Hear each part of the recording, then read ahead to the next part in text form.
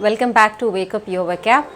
இன்னைக்கு Wake Up Your Vocabல நம்ம என்ன பார்க்க போறோம் அப்படினா natural disasters அப்படினு சொல்லுவோம் இல்லையா, இயற்கை சீற்றங்கள் அப்படினு சொல்லுவோம். ஸோ இது ரிலேட்டடான வேர்ட்ஸ் தான் நம்ம இன்னைக்கு பார்க்க போறோம். என்ன மாதிரியான இயற்கை சீற்றங்கள் இருக்கு, இப்போ நிலச்சரிவுன்னு சொல்லுவோம், பூகம்பம் சொல்லுவோம், வெள்ளம் சொல்லுவோம். ஸோ இதெல்லாம் வந்து இங்கிலீஷில் எப்படி சொல்கிறது அப்படின்றதான் இன்னைக்கு நம்மளோட lesson. If you are ready, let's get started. Never stop learning, never stop growing, never stop seeking the brightest star. So before moving on to the lesson, last video ஓட குவிஸ்க்கான ஆன்சர் பார்த்துக்கலாம். நகைச்சுவை அப்படின்றதுக்கு இங்கிலீஷில் என்ன சொல்கிறது அப்படின்னு சொல்லி கேட்டிருந்தேன். The answer is humorous or hilarious. For example, the teacher narrated the story in a humorous way. அந்த ஆசிரியர் அந்த கதையை ரொம்ப நகைச்சுவையாக சொன்னாங்க அப்படின்றதான் இந்த சென்டென்ஸோட meaning. You must watch this movie. It is hilarious. So first வந்து நம்ம பார்க்க போகிறது பூகம்பம் அல்லது நிலநடுக்கம் அப்படின்னு சொல்லுவோம் இல்லையா, அதுக்கான இங்கிலீஷ் வேர்ட் எர்த்குவேக் அப்படின்னு சொல்லுவோம். Most of the buildings were collapsed in the earthquake அப்படின்னு சொல்லலாம். Or the house was buried in the earthquake. பூகம்பத்தில் அந்த வீடு வந்து புதஞ்சிருச்சு அப்படின்னு சொல்கிறது தான் இந்த சென்டென்ஸோட மீனிங். நிறைய கட்டிடங்கள் வந்து பூகம்பத்தில் இடிஞ்சு விழுந்துருச்சு அப்படின்ற மாதிரி வரும். Okay, number 2 in our list is drought.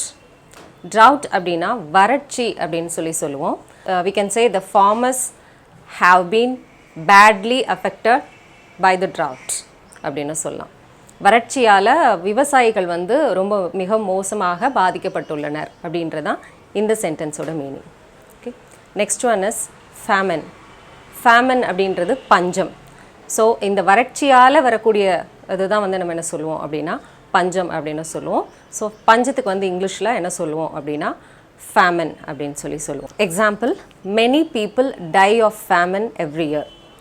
So ஒவ்வொரு வருஷமும் இந்த பஞ்சத்தால் நிறைய பேர் வந்து இறந்துட்டுருக்குறாங்க அப்படின்றதான் இந்த சென்டென்ஸோட meaning. Okay, next one is landslide. landslide அப்படின்னா நிலச்சரிவு அப்படின்னு சொல்லுவோம். நிலநடுக்கத்துக்கு எர்த்குவேக் அப்படின்னு சொல்லுவோம். நிலச்சரிவு அப்படின்னு சொல்கிறதுக்கு landslide அப்படின்னு சொல்லுவோம். For example, the road was blocked by the landslide அப்படின்னு சொல்லுவோம். அந்த சாலை வந்து இந்த ரயில் ரோடோ அல்லது வந்து சாலை வந்து அந்த நிலச்சரிவால் அப்படியே வந்து மூடிருச்சு அப்படின்றதான் இந்த சென்டென்ஸோட meaning. Okay, so next one is volcanic eruption. volcanic eruption அப்படின்றது எரிமலை வெடிப்பு அப்படின்னு சொல்லுவோம் இல்லையா. ஸோ இதை வந்து இங்கிலீஷில் volcanic eruption அப்படின்னு சொல்லுவோம். For example, the trees were blasted by the volcanic eruption. மரங்கள்லாம் வந்து இந்த எரிமலை வெடிப்புனால் வந்து எரிஞ்சிருச்சு அப்படின்னு சொல்லலாம். ஸோ இதுதான் இந்த சென்டென்ஸோட meaning. Next one is blizzard.